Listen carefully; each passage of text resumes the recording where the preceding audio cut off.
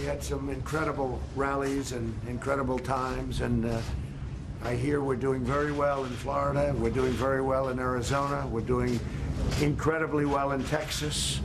I'm hearing we're doing well all over. I hear the lines are amazing. The lines have been amazing.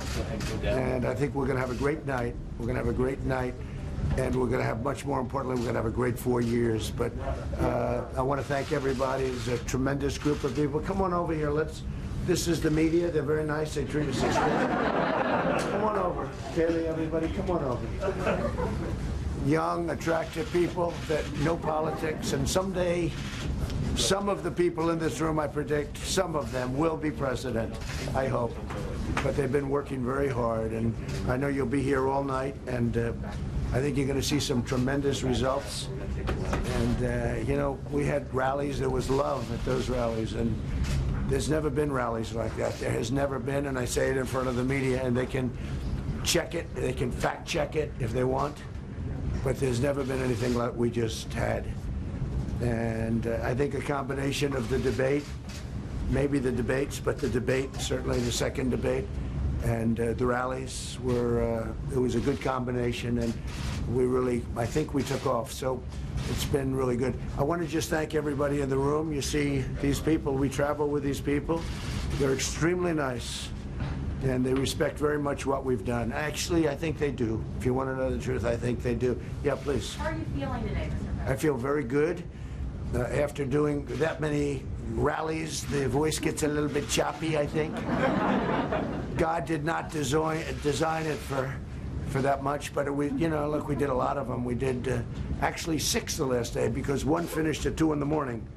So I put it on, so we did 5 plus sort of 1. But we did a lot, and no, I feel great, really good. If you leave tonight, what's your message to Americans who didn't vote for you?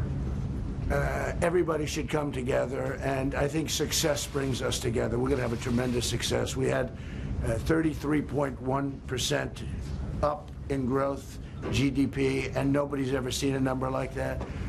The last time the number was less than half, and I think that was in 1952. So we doubled up the number, more than doubled up the number. I think we're set for tremendous success, and success is going to bring unity.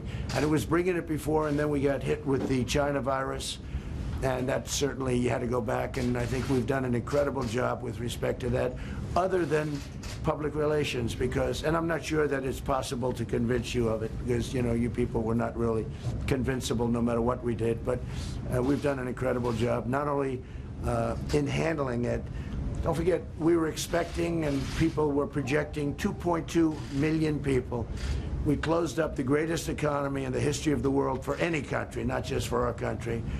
And we are now opening it up. We saved more than 2 million lives and did an incredible job with therapies and therapeutics, and with, I think, maybe cures, because frankly, some of the stuff is so good. But if you look at the ventilator situation, we had a ventilator problem. And now with all the work that everybody's done, including Jared, people coming in from Silicon Valley, and now we're sending the ventilators all over, I mean, all over the world now, all over the world. We're producing them for other countries. But it's been an incredible period of time. And I think that if you look at, and I say it proudly, we are rounding the corner, but the vaccines are coming out very soon. They're having tremendous success. Johnson & Johnson, Moderna, Pfizer, and we're going to have we're going to have a very special year. Next year, I think, is going to be more successful than it was last year. We had the best year we've ever had last year, and I think we're going to be right in that category for next year. So that's very successful. Mr. President, have you been an acceptance speech and a concession speech? No, I'm not thinking about concession speech or acceptance speech yet. Hopefully, we'll be only doing one of those two. And you know, winning is easy.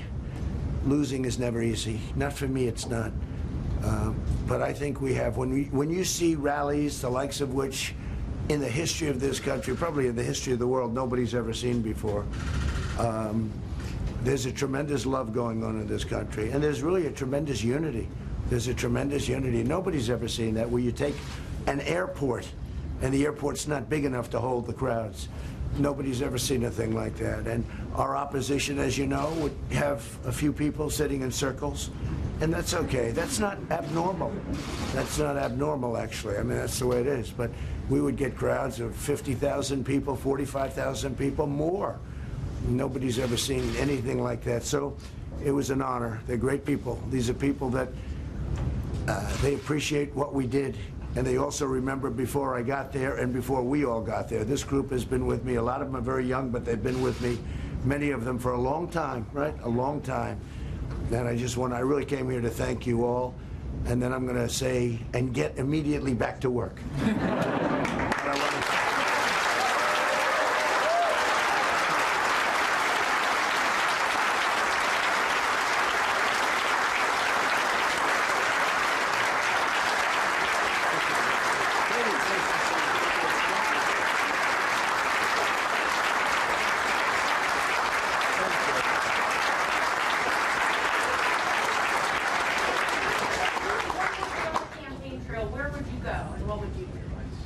Well, we spent a lot of time in Pennsylvania. It's always been a very good place for me. I went to college there. It's always been good.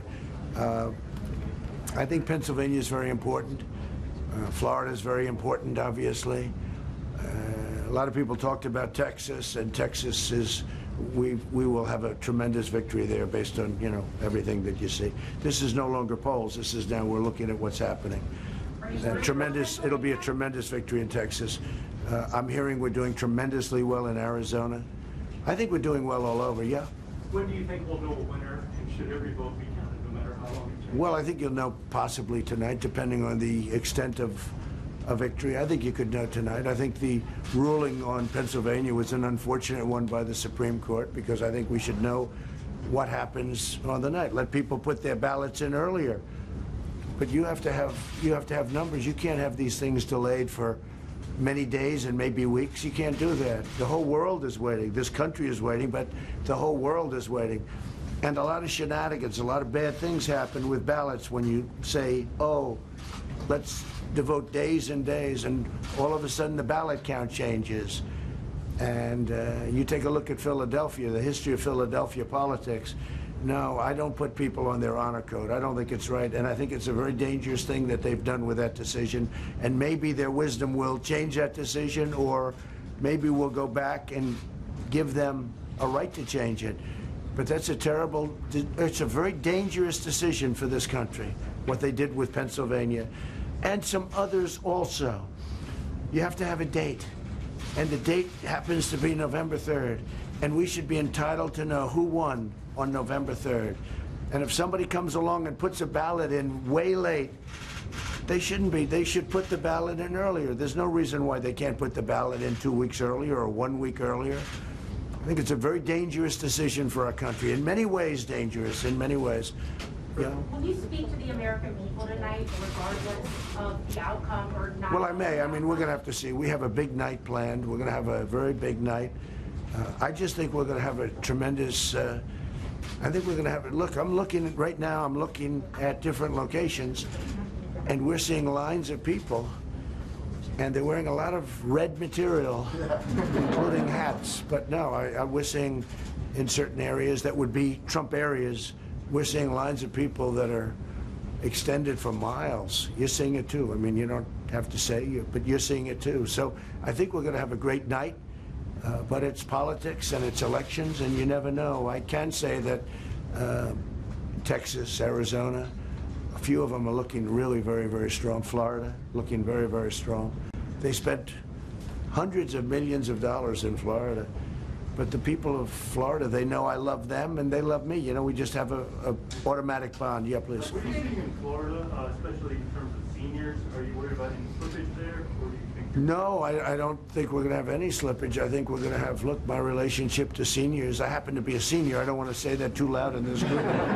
People that are averaging about 20 years old. But I don't think we're going to have anything. I think, if anything, we're going to do very well. I have seen, and we have seen, African Americans way up, and Hispanic Americans way up, and people have seen that. And you know, I've said with regard to African American, the black community. I've done more than any other president, with the exception of Abraham Lincoln.